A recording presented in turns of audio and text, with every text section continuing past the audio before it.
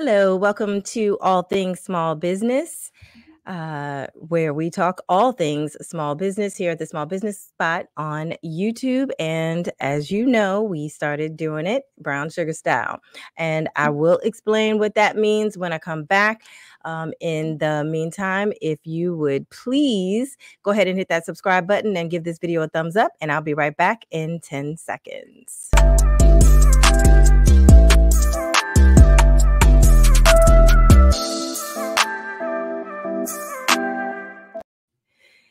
Hello again. I'm Denise Roberts. Welcome back to All Things Small Business. I know I said that we're doing things brown sugar style, and what that means is you do remember the movie called Brown Sugar. Great movie, great theme, and that's the style of how this interview is going. I am absolutely in love with the topic of entrepreneurship. Owning a business, running a business. I'm fascinated with everything that has to do with that. And so I decided that we are going to interview all of our guests, brown sugar style, meaning we're going to talk about entrepreneurship as if it is a love affair. Now, if my guest is married, we're not on a virtual date, but if he's not, we are on a virtual date. And so usually it's going to, a lot of times it's going to be a virtual date unless it's a married man or a woman, because I don't go that way. Okay, so I'm going to bring up my guest. His name is VENNARD WRIGHT. I've known him for quite some time. During the Rashern Baker administration, who used to be the county executive for Prince George's County, Maryland, he was the chief information officer for Prince George's County. I got that right. VENNARD, right? Yes. Okay. And he's affiliated with the Bi-County Business Roundtable as an advisory board member, along with myself.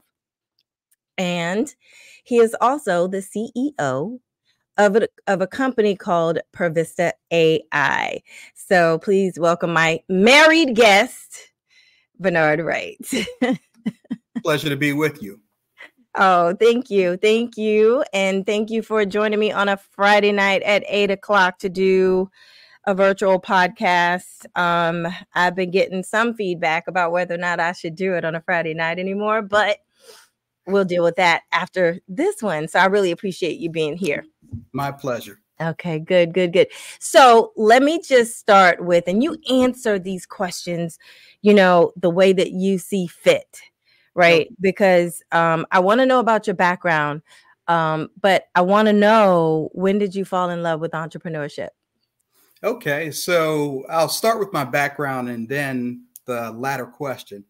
So I've been in IT now for about 30 years.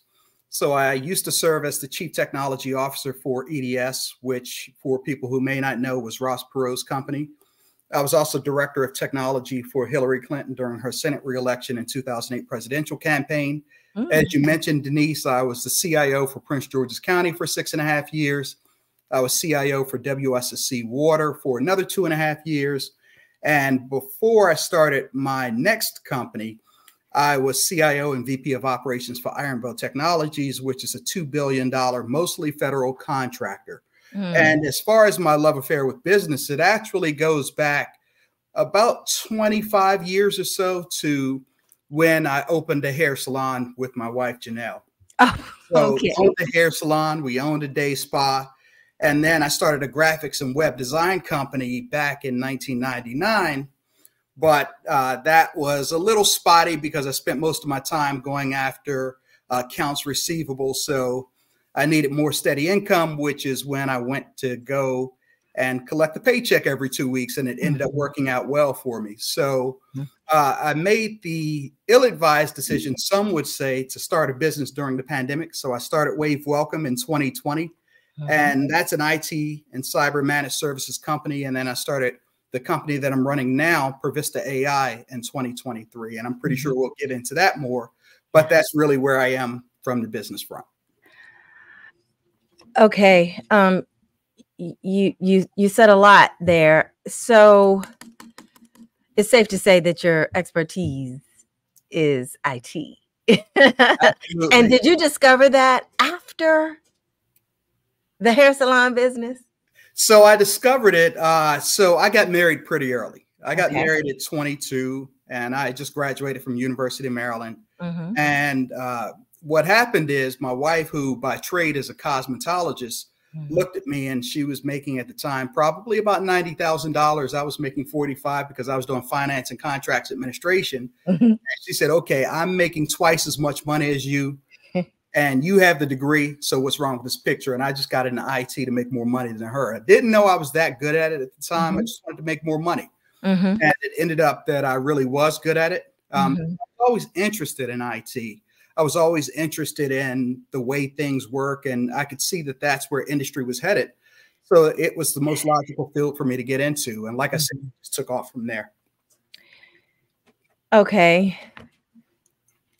So, okay, what was your major in college? Business administration. So I didn't even study IT. I just had a propensity for it. Okay. Okay. Okay.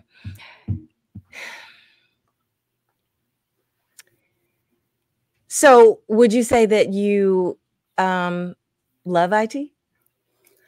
I wouldn't say, well, here's the thing.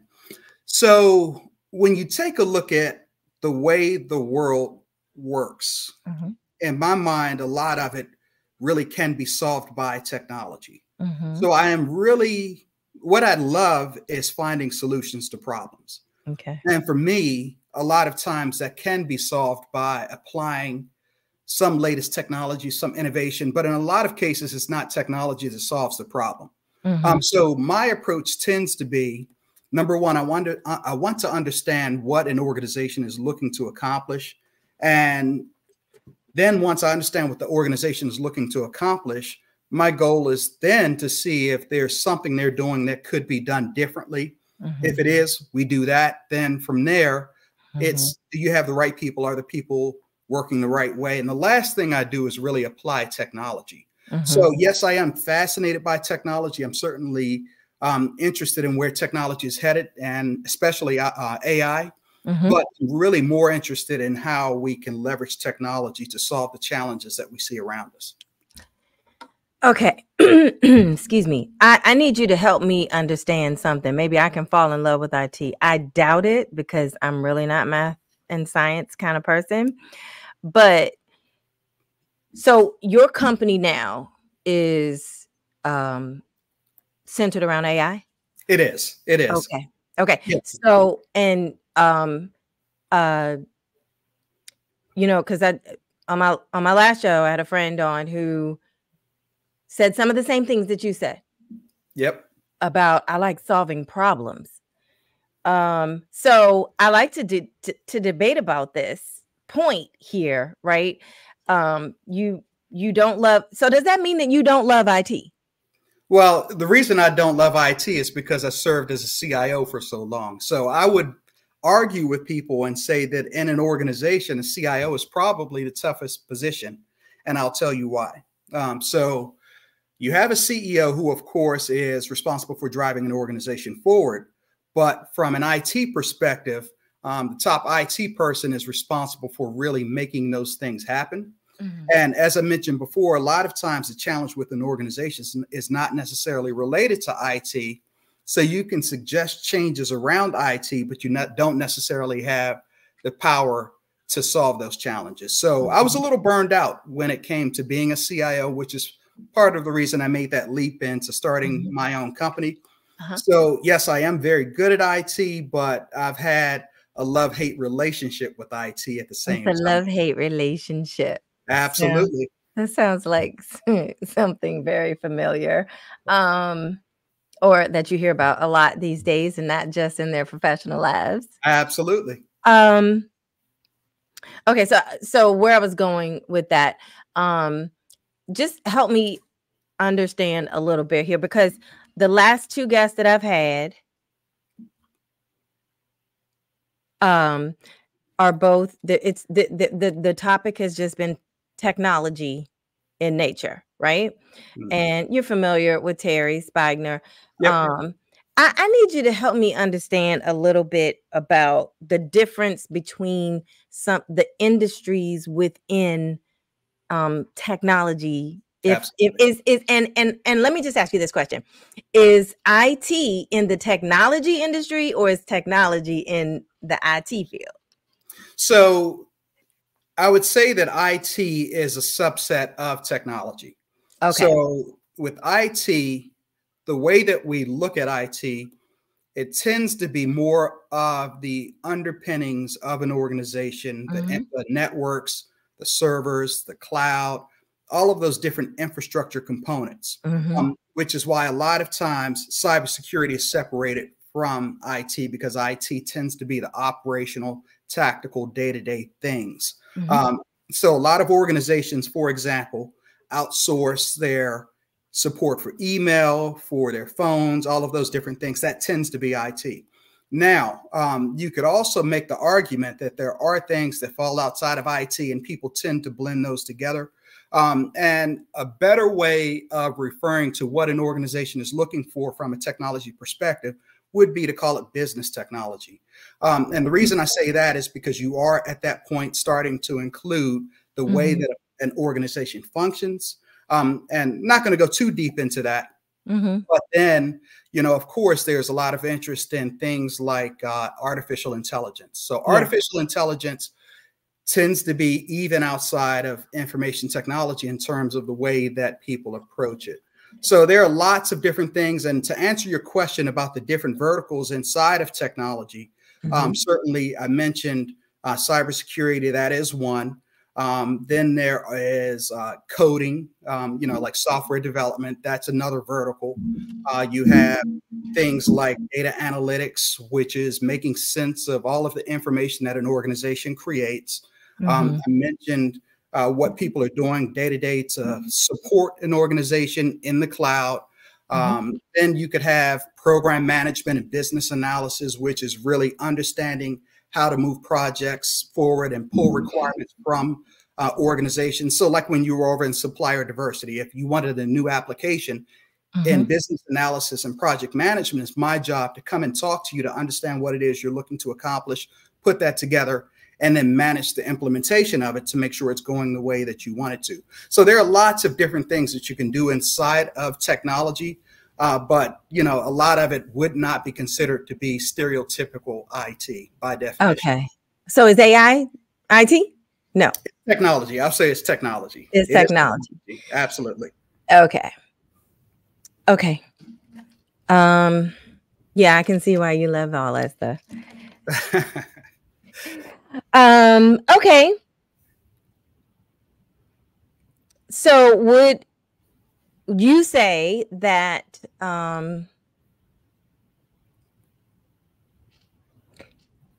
did you choose your business, or did your business choose you?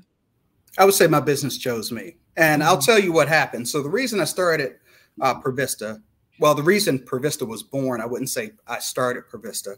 It was born. It did choose me. Is because you may remember in May of 2023, there was a high profile incident where 3 teenagers ran into a school bus in Prince George's County and tried to shoot another teen, the infamous Baby K case. So when that happened, Aisha Braveboy, our state's attorney, reached out and we had lunch. And her question was, what could technology do to keep that from happening again in the future? So at that point, I really did a lot of research just to see what was possible, what existed on the market, and what we could own in Prince George's County to solve that challenge. Because, if we're being honest, firearms are certainly an issue, not just here, but across the country. Across the country. At that point, that's where we went out and we developed an application that uses artificial intelligence to analyze video streams from surveillance cameras to detect firearms. When a firearm is detected, then we can automatically notify police for dispatch. And so the goal there is to cut down on the number of active shooter events that happen in schools, hospitals, other public places. But that's where I would say that there was an opportunity to apply technology. It's not necessarily something that I set out to do, but I did see an opportunity for technology to solve a challenge that it confronts a lot of people across the U.S. So Presodential is the result of a problem that we're having here in Prince George's County. That's right. That's absolutely right. Okay. Okay. And when did you start working on this? So started in May of 2023. So at that point, we worked pretty aggressively. And, by any measure, we did get the platform developed quickly. But a big part of that is because I used to be a software developer myself. So I certainly know how to accelerate the process. I've implemented, as you know, very large projects over and over again. So I just knew how to get the project done quickly. So there you go again with that terminology. So software development, that's a subset of technology, or is that inside of IT? It's inside of IT. So it's coding. Okay. So it's coding, just it's writing. Coding. Yep. So creating applications. So you know how to code? I do. I do know how to code. That's like a computer science major, right? It is. I mean, people do go to school to learn. Because I tried that for like one semester in college. Here's the thing. I didn't get a degree. I didn't like it either. Yeah. I didn't like it either. It's just no, you know what? I really liked computer science. I have an issue. I don't know what it is, but I could not write the program within the hour of a test. I could learn it, but I wasn't fast enough. Yeah. And I'm assuming you got to be fast in this industry. No, I would say take your time and do it right. Okay, well, I wasn't passing the tests. So because I needed additional time because it was too technical in nature. And then at that time where I, tried that, I was at the, I'm a Howard Bison. I graduated from Howard Bison, but I can claim, because there it is. I can claim University of Maryland too, because I was there for 2 years. And then I think it was my first year that I decided I was going to try computer science. No, I don't think it was that. You know what? I think I tried architecture. Okay. I tried computer science, aerospace engineering. And, it took me 2 years to realize that whatever I was going to get a degree in was not going to be heavily emphasizing math and science. Yeah. I get it. I get it. So here's the thing. I didn't like math either. So I probably, my grades would have been much higher if I could have graduated without taking math, but because I was in business administration, I had to take a lot of it, but doesn't mean but you know what? University of Maryland makes their math a lot harder than it has to be. Like I had the professors who were the authors of the book. Oh, wow. Yeah. Well, yeah, I might have crossed paths with some of them, but, I did just enough to be able to pass. And, I'll tell you, I don't know any of that math now. Yeah. Okay. And and that's the thing. Do these coders use math? No. So I can tell you, so depending on, we're on a totally different subject now, but no, it's a good subject. It's a good subject. It actually is a useful subject because, well, with artificial intelligence, there is a little more math involved because you're building algorithms, so there are calculations. So it does help to be good at math if you are working in artificial intelligence. So to that point, and I'm glad you brought that up, because artificial intelligence, people are afraid of the impact that it's going to have on the world long term. And I would say that one of the biggest impacts is not the jobs that it's interrupting or changing, disrupting, but that people of color really are not involved in being AI developers. And a big part of that is because what's necessary for a person to be an AI developer is a math foundation. And there is a fear of math. Certainly in the Black community, a lot of times we have some very good mathematicians, but we know that the reading and math test scores in minority communities could be a lot higher.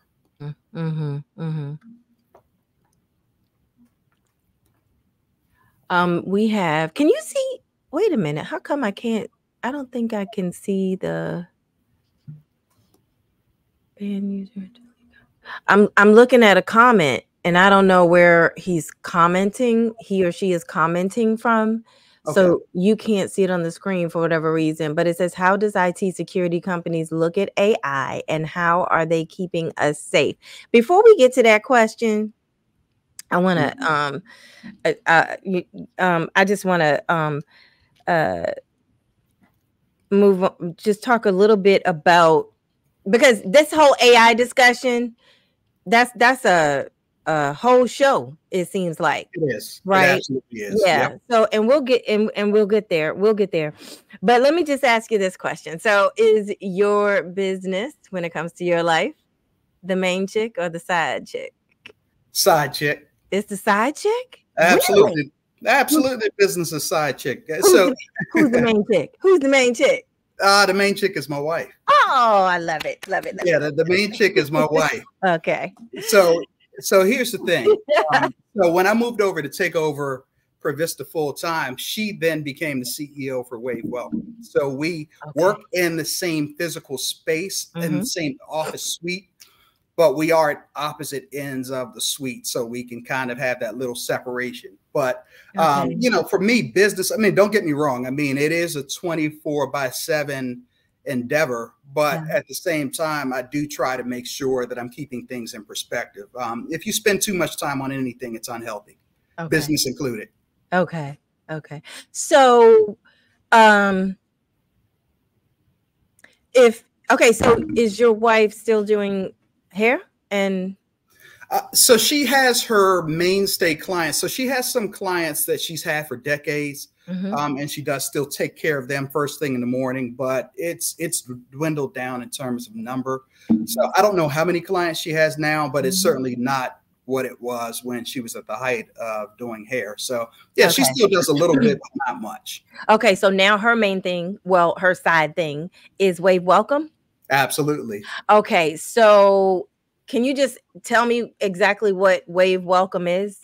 Sure. So Wave Welcome, for the easiest way to look at it is people do completely outsource their IT support to us. So we have several clients that don't have an internal IT department, and we service their IT department. So anything from supporting their day-to-day applications to standing up new laptops or setting up their phone system, we do all of that for them. So that's what Wave Welcome does. So we work with nonprofit organizations, small and medium-sized companies, universities, a little bit of government, but it's essentially outsourced IT. Okay. Okay. All right. And now you're solely focused on AI. So we're going to get back. We're going to get back to that now. So is Provista a government contracting firm? Not yet, because we are still new, and there's definitely a process to make sure you have the certifications and everything that you need to. But we are working with some very interesting clients. Number one is we work with the Baltimore Orioles. We also do some work with the National School Boards Association, churches, and some other clients as well. And what we're really looking to do is to scale that widely. So we're having conversations, and we're about to move forward in Sao Paulo, Brazil, in Frankfurt, Germany, and some other international locations as well. Okay. Okay. Oh, okay. You're doing big things. All right, brother. So, where was I going with this question? So I see that there is. No, I'm sorry. I know where I was going, please, because I will forget. The technology that you were saying, the reason why Provista was born, is that sounds like proprietary information, right? Is this patented technology that you've created? Yeah, so it's patent pending. We did submit a patent application. So we're just waiting for the disposition about whether or not that's going to be awarded. So yeah, it is completely our intellectual property, where we develop the algorithms, we develop the interfaces, all of the different things that support the technology. So yes, it is our technology, and we just want to make sure there's a bit of an intellectual moat around it, so someone couldn't come in and do the same thing we're doing the way we're doing it. Okay. Okay. All right. And do you have, okay, let me just talk about this for a second, because this is really good, right?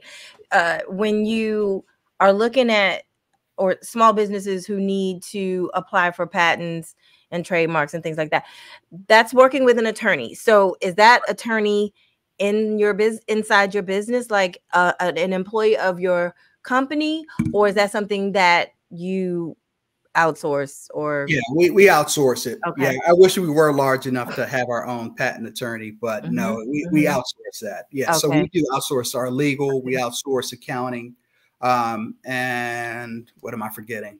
And Yeah, legal and accounting are the two major functions that we outsource right now. How many employees do you have? 5 on that Okay. side.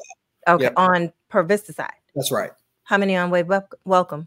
11 on Wave Welcome side. Okay, okay, all right. We're creating jobs. We're creating jobs. It's the goal. That's important. Absolutely. I'm hoping, you know, you're gonna do well and blow up here in Prince George's County. Yeah, I certainly hope so as well. Okay, all right. So now, okay, now if you remember where you were getting ready to go before I stopped you, because Oh no, I saw that there was a question about what how do IT security companies look at AI and how are they keeping us safe? oh, that's the you see it. Okay. Yeah, I can Where are see you it. looking at it at? In comments. Is Yep. it, are you looking at YouTube, or this is so funny because I'm streaming everywhere. Are you looking at YouTube, Facebook? No, I What? see it in the StreamYard interface. Oh, okay. Okay, Yep. great. All right, Yeah, good. so I Good. do see it. Okay. So in terms of IT security companies, one of the things that AI is doing is really, I would say before everyone knows about Chat GPT, which is, you know, it's the most recognizable AI application right now. And it's a large language model. There was almost overnight a shift in terms of what would happen with phishing attacks through email or phishing attempts. And because of AI, those attempts have gotten a lot better.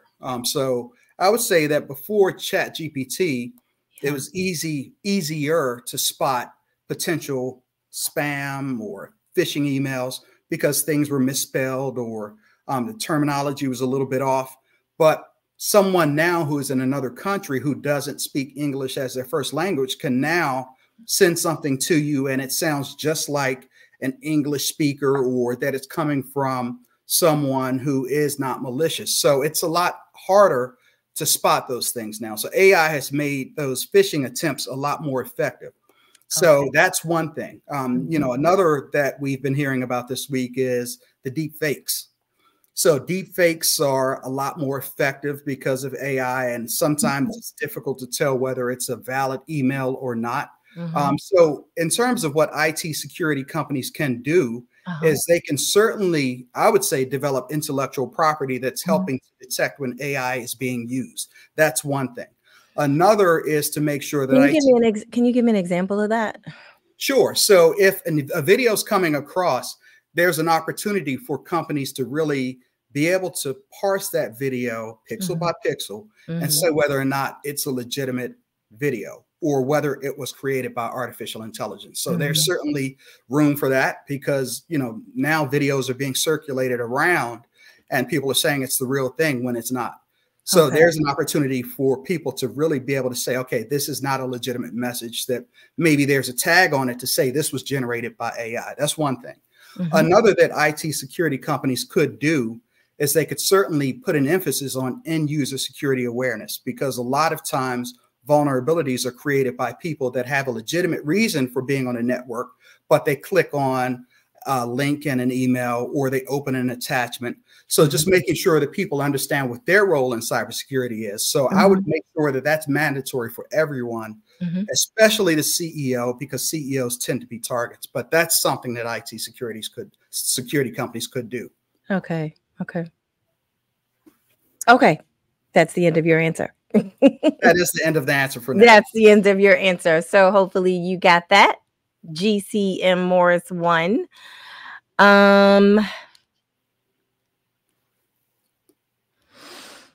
Who are some of your mentors when it comes to business?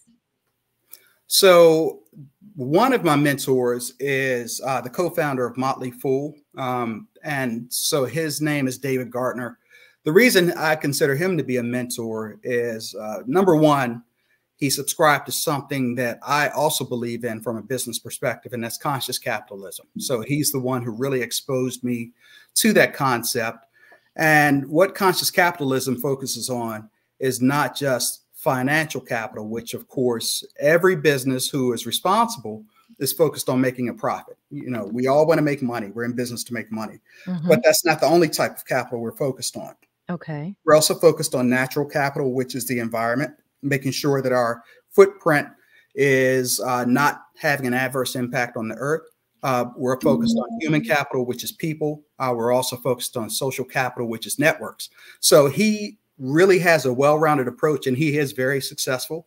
So I like the way that he has a well-rounded approach, and he's still an optimist, in spite of everything that he knows about investing and how companies operate. Another is Dan Simons, who is the co-founder of Founding Farmers, if you're familiar with that restaurant chain. Another one who is really looking at things from a balanced perspective. But one of the things I like about Dan is the Founding fact Farmers, that's a restaurant? It is a restaurant. Yep. In DC. They have in DC, Virginia, and Maryland as well. They have a brunch on Sundays? They do. Okay, I've been there. I've been there. Absolutely. Yeah. So I would consider Dan to be a friend. Okay. And one of the things I like about Dan is that he's really focused on how mental health has an impact in terms of how your employees operate, how you operate as a leader. So those are both people that I look up to and certainly take things from in a business perspective. And they're both very successful business leaders. Okay, so let's talk about that last point from Dan Simons. Yep. Absolutely. What is that? So you're talking about a company's culture. Right. Right. That's right. That's right. What's the culture like at well, let's combine them. Let's say wave welcome. Okay, yes, please. Yeah. So the culture certainly yeah. So that is one of the tenets of conscious capitalism. So you are focused on the culture of an organization.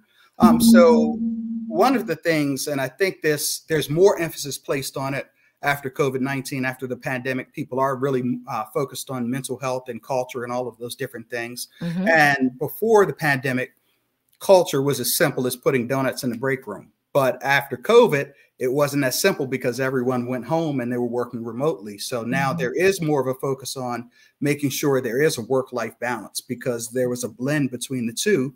When you're working from home, it's harder to have that balance because your job is in your home. So what we're trying to do at both organizations is to make sure we are accounting for the whole person, making sure that we're focused on how well people are doing, giving people a little bit of leeway if they need to go and pick up their kid early or do all of those different things. Try to make sure that we have a healthy benefits package for everyone. We do the little things like making sure we give free snacks and all of those things. We have team building activities. So anything we can think of to make sure that morale is high, we'll do it.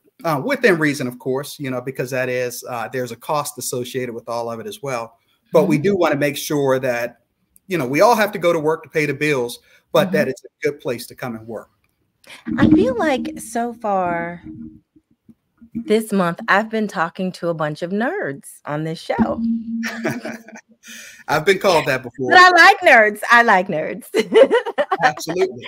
Yes, because I'm having another nerd on sometime next month, and I just visited his company, and he has a ping pong table and video games and a little area in there. I love. We have a putting green and a pool table in our office too. I'm playing golf too now. I'm playing golf. Absolutely. Yeah. So we do have all of that as well. I mean, I would say that's a must now. Wow. Yeah. So it's like, and I like the way that Andrea Harrison put it. It's like we brought Google to the East Coast. Well, that is the goal. I mean, you can't do much better than Google, can you? I mean, that's a market mover. So yeah, we can all aspire to be Google. Yeah, exactly. I'm glad you're here in Prince George's County doing this kind of work. When the mentors that you mentioned, are those people that you spent a lot of time with and they showed you, different ways you could, you know what I mean? Like how much mentoring did they give you? Yeah, so I consider both of them to be friends. So we just go out, we talk, we go out for happy hour, we go to lunch, we hang out in social settings, and it's really bouncing ideas off each other. As a business owner, it can be very lonely, because you don't really have people on a day-to-day basis to bounce challenges off. And it can be incredibly challenging being a business owner. And I would, I joke around that people don't really know what it's like to own a business until you have to make payroll every 2 weeks. So just being able to have those conversations with people is invaluable. Another person that I would say is a business mentor is Renee Levine. I used to work for him as the CIO for Ironbow. So Renee is an incredible guy. You know, Renee Levine actually got his company to $1 billion in less than 10 years. You know, so from that perspective alone, and it's just, he's someone I look up to, you know, and I would say if you meet Renee, he really is a down-to-earth guy. You would have no idea if you didn't know he was the CEO and owner of Ironbow, that he's successful as he is. You know, so certainly looking at people like that, it's what I aspire to. So I do spend a lot of time with all three of them. Okay. All right, cool. How do you want to pay it forward? Well, the way that I pay it forward, and this is, I'm very active in this. I mean, I want to make sure that I'm hiring in Prince George's County. So me starting my company in Prince George's County was deliberate because I can start my company. I can move my company anywhere. And certainly when you're talking about an artificial intelligence company, it has the potential to be tremendously valuable. So I could go right across the bridge because right now we're in National Harbor. I could go right across the bridge to Virginia. I can move anywhere. But the reason I'm in Prince George's County is because there really is such a need for technology careers. So my goal, and I've said this from the beginning, is to be a large company. I don't have the goal of remaining a small business. Certainly I started as a small business, but my goal is to get to an IPO. You know, so with that being said, when you look at the opportunities that can be presented by having technology as a preferred industry in Prince George's County, it can drive up median wages across the board. It really does present opportunities for people to participate in the AI economy because there's no way around it. Whether we like it or not, whether we're uncomfortable with AI or not, it's here and it's here to stay. So to have an AI company right here in Prince George's County that's minority owned presents a tremendous opportunity.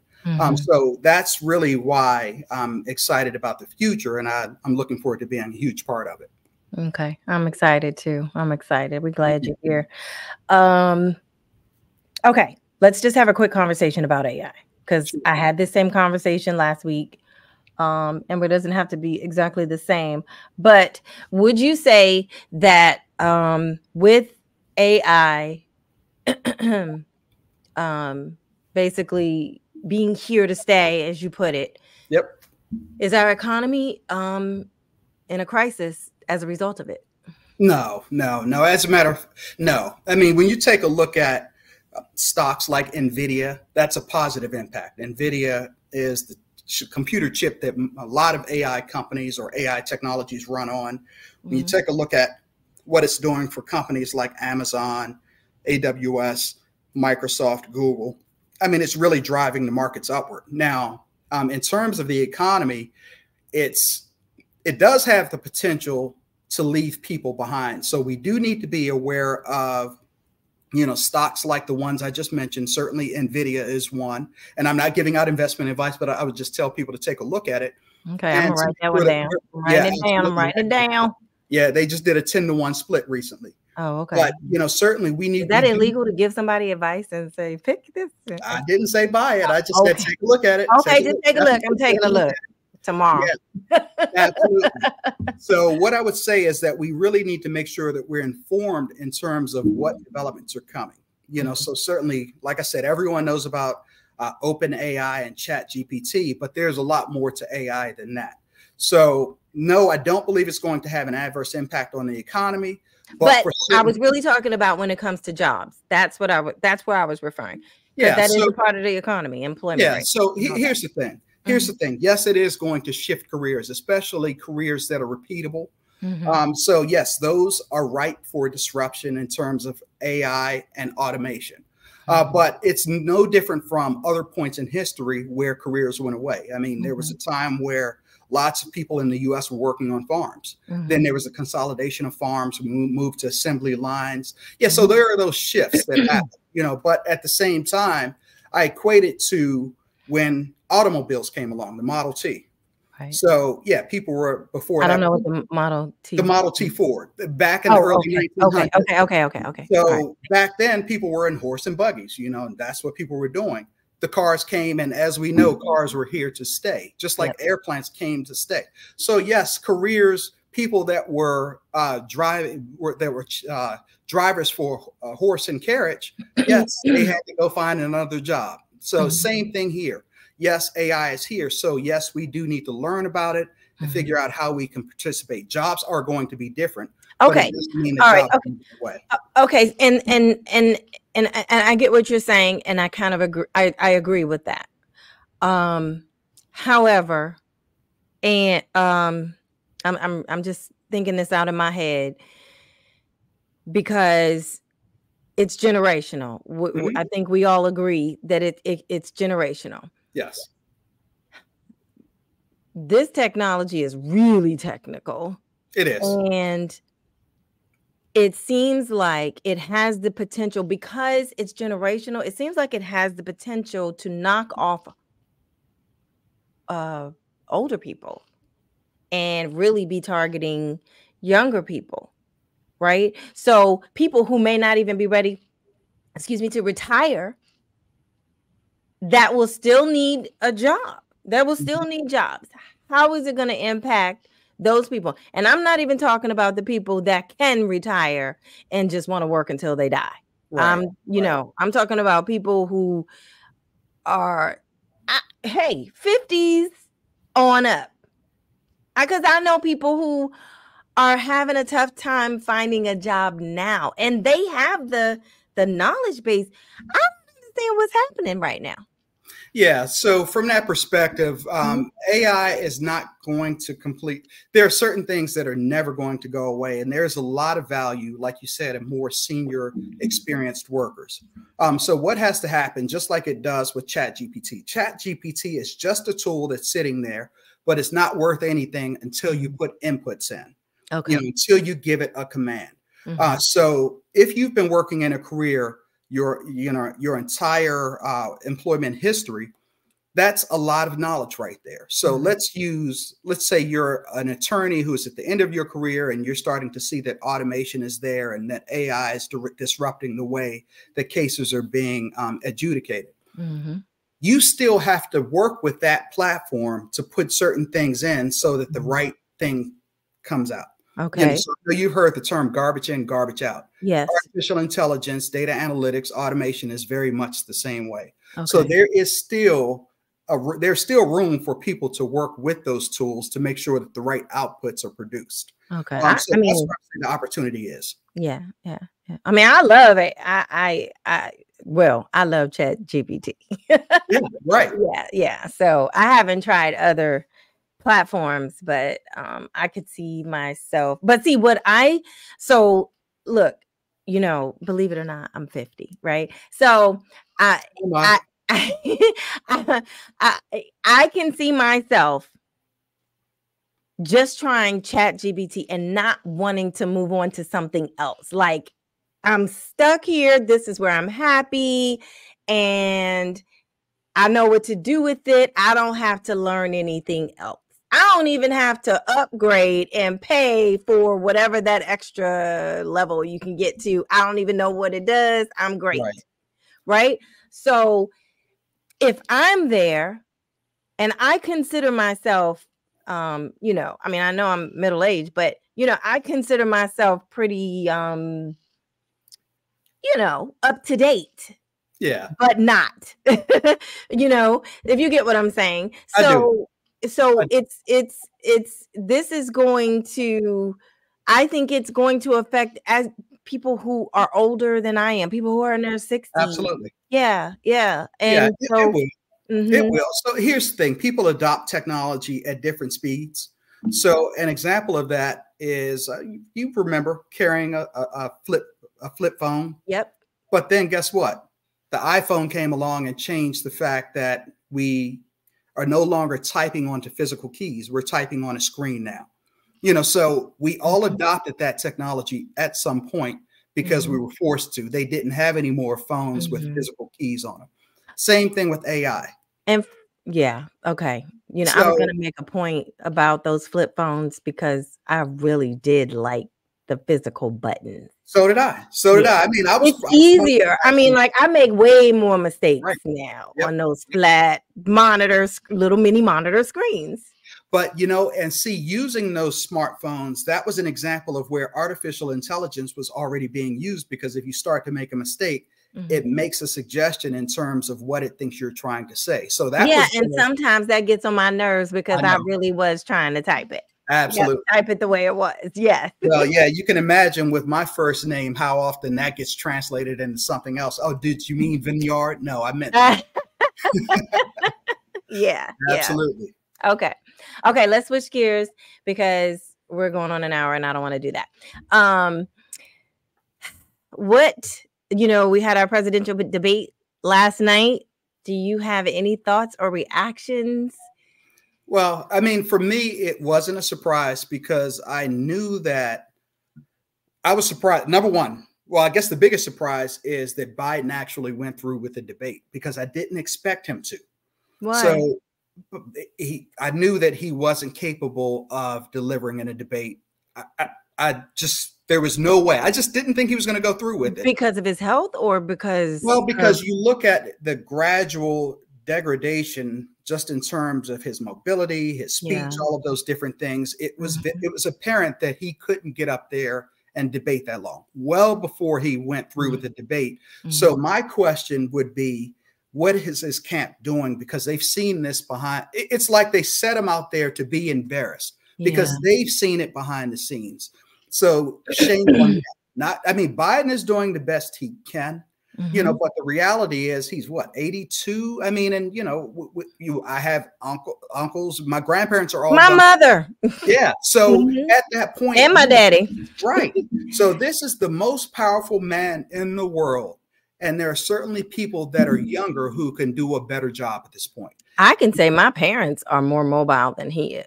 Yeah, I mean, it's and they're older than him. That's right. That's right. And I mean, I was looking, Dick Van Dyke was talking, he's 98 and said he still has, the way he put it, all of his marbles at 98, but he's different from Joe Biden. Joe Biden is certainly, he's not the Joe Biden he used to be, even at the beginning of the presidency. Yeah. So what's disheartening is the fact that in a country this large, we cannot find someone better than a 70-year-old man, 78-year-old man, and an 82-year-old man. I mean, it's insulting to everyone else, and certainly it's not painting us in the best light across the world. You know, so if we want to be taken seriously, we've got to have better candidates. And that was on display last night where, you know, and it's been said over and over again, you have a liar and a felon, and you have someone who clearly does not have the faculties he used to have. Yeah. So it's sad. I didn't even watch the whole thing because I thought it was like a crap show. Right. As soon as I started watching it. But I did, and I can say that I wasn't surprised by Trump's behavior. And I think those shut off mics really helped him. Right. And even kind of hurt a little bit our president. Right. However, you know, I feel like he already lost the women's vote. I'm talking about Trump, and I'm even talking about some Republican women. So, yeah. Well, I mean, here's the thing. I think this election is going to come down to voter turnout. So it's not necessarily that people are going to go out and vote for Trump, but they're not motivated to go out and vote for Biden, which is just as good as a vote for Trump. So it's a matter of who gets the most people to go out and vote for them. And we can see that Trump has a very motivated base. Yeah. Okay, so really quick before we go, what advice do you have for someone who is looking to start their business, or someone who's looking to take their business to the next level? And that might be two very different answers for you. Yeah. So what I would say is that you believe in yourself. If you are convicted in your idea and you're willing to put in the hard work, go for it. Because I certainly had people that tried to dissuade me from doing what I'm doing the way that I'm doing it, and who said I was not going to be successful, who are coming around now to say, I don't know how you did it. Yeah. I said it from the beginning what I was going to do. So believe in yourself, be willing to put the hard work in, and just realize at certain points it is going to be lonely. So you have to build your network and make sure that you're reaching out where you run into trouble. But I would say absolutely go for it, but be prepared for the journey, but also be prepared for the reward as well. Okay. And if anybody wants to find out any information about you or your company, how do they reach you? So the best way, you can actually go to my website and reach me personally at vennardw.com. My company website is Provista AI, and I'm very active on LinkedIn as well. So you can always reach out to me on LinkedIn. Okay. And I do have the designation of being the only Vennard Wright in the world. So all of the good things you see are true. The bad things are not. Are you serious? You're the only Vennard Wright in the world? I am the only Vennard Wright in the world. At least in, are you serious? No, in the world. Look, yeah, it's a fact. Wow. Yeah. That makes you truly unique. You know how they truly unique. Yeah. Awesome. Absolutely. All right. Thanks, Vennard, for coming out here with me and talking about your love affair with entrepreneurship. And we'll be talking to you soon. Okay. All right. My pleasure. Thank you, Denise. I want to thank Vennard Wright again. And I'd also like to get your opinions on the information presented in this video in the comment section below. I'd like to know what you think. If there was anything you agreed with or disagreed with, please leave a comment. Don't forget to hit the subscribe button and make sure you give this video a thumbs up. And I will see you in the next video. Love you.